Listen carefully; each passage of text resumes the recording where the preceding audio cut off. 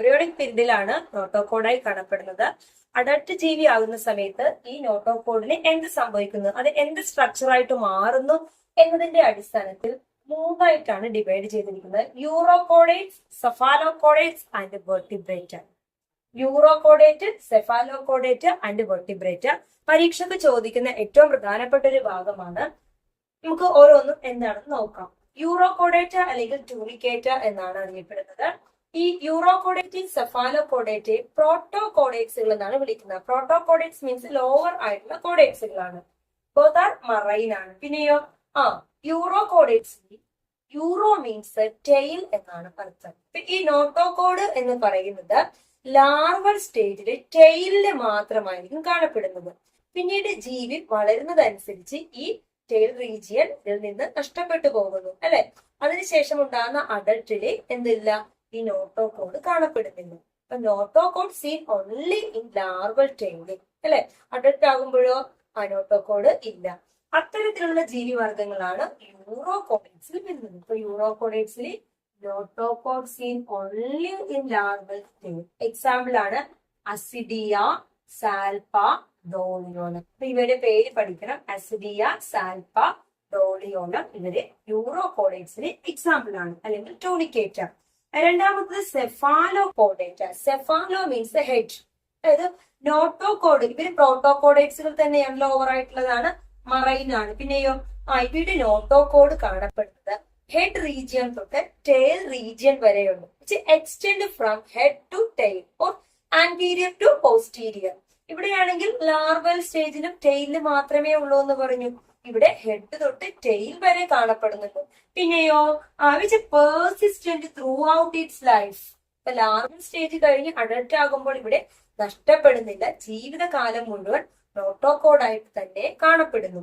അങ്ങനെയാണെങ്കിൽ ഇവയെ നമുക്ക് സെഫാലോകോഡേറ്റ എന്ന് വിളിക്കാം. എക്സാമ്പിൾ ആംഫിയോക്സിസ് അല്ലെങ്കിൽ ലാൻഡ്സ്ലെറ്റ് എന്നറിയപ്പെടുന്ന ഈ ജീവി.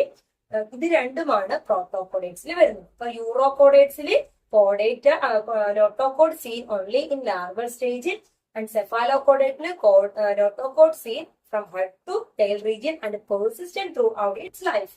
Last one is vertebrata. ഇപ്പൊ വെർട്ടിബ്രേറ്റ എന്ന് പറഞ്ഞാൽ നമ്മൾ ഉൾപ്പെടെയുള്ള ജീവജാലങ്ങൾ വരുന്നതാണ് വെർട്ടിബ്രേറ്റ. ഇവയുടെ പ്രത്യേകത നോട്ടോകോഡ് എന്ന് പറയുന്നത് എംബ്രിയോണിക് പീരീഡിലായിരുന്നു.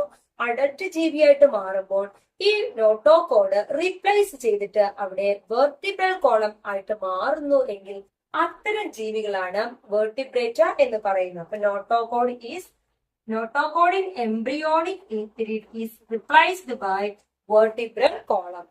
ഇനി ഈ ഫൈലത്തിന്റെ വെർട്ടിബ്രേറ്റയുടെ പ്രധാനപ്പെട്ട ഫീച്ചേഴ്സുകളാണ് ബൈലാട്രലി ആണ്, ട്രിപ്ലോബ്ലാസ്റ്റിക് ആണ്, സിലോമേക്സ് ആണ്, പിന്നെ ഓർഗൻ സിസ്റ്റം ലെവൽ ഓർഗനൈസേഷൻ ആണെന്ന് പറഞ്ഞു. ഇപ്പൊ നമ്മുടെ ആ ഓരോ സിസ്റ്റത്തെയും കുറിച്ച് നമുക്ക് നോക്കാം.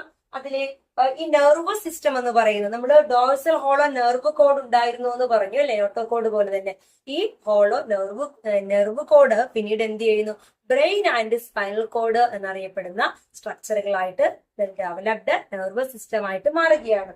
അതുപോലെ തന്നെ നമുക്ക് അപ്പൻഡേജസുകൾ, കൈകാലുകളായിട്ടാണ് നമുക്ക് 4 ലിംസ് എന്ന് പറയുന്നത്, അല്ലെങ്കിൽ ലാറ്ററൽ ആയിട്ടുള്ള അപ്പൻഡേജസുകൾ 2 കാല് 2 കൈകളായിട്ട് മാറുന്നു. എന്നാൽ അനിമൽസിൽ ഇത് 4 കാലുകളായിട്ട് തന്നെയാണ് മാറുന്നത്. അപ്പൊ അപ്പൻഡേജസുകളുടെ ഡെവലപ്മെന്റ് നടക്കുന്നു. പിന്നെയോ ഈ ജീവികളിലെ വെൻട്രൽ ആയിട്ട് നമുക്ക് ഹാർട്ട് എന്ന് പറയുന്നത് അല്ലെ, ഡോർസൽ സൈഡ് വെൻട്രൽ സൈഡ് ആയിട്ട് നമ്മുടെ വെൻട്രൽ ആയിട്ടാണ് മസ്കുലാർ ആയിട്ടുള്ള ഹാർട്ട് ചേമ്പേർഡുകളാകുന്നു. ഇവിടെ 2 ചേമ്പേർഡ്, 3 ചേമ്പേർഡ്, 4 ചേമ്പേർഡ് ആയിട്ടുള്ള ഹാർട്ട് ആയിട്ട് മാറുന്നു. പിന്നെയോ നമ്മുടെ എക്സ്ക്രീറ്ററി ഓർഗൻ എന്ന് പറയുന്നത് കിഡ്നിയാണ്. അങ്ങനെ വെൽ ഡെവലപ്ഡ് ആയിട്ടുള്ള ഓരോ സിസ്റ്റവും ഓർഗൻ സിസ്റ്റം ലെവൽ ഓർഗനൈസേഷനിലായിട്ട് മാറുന്നു.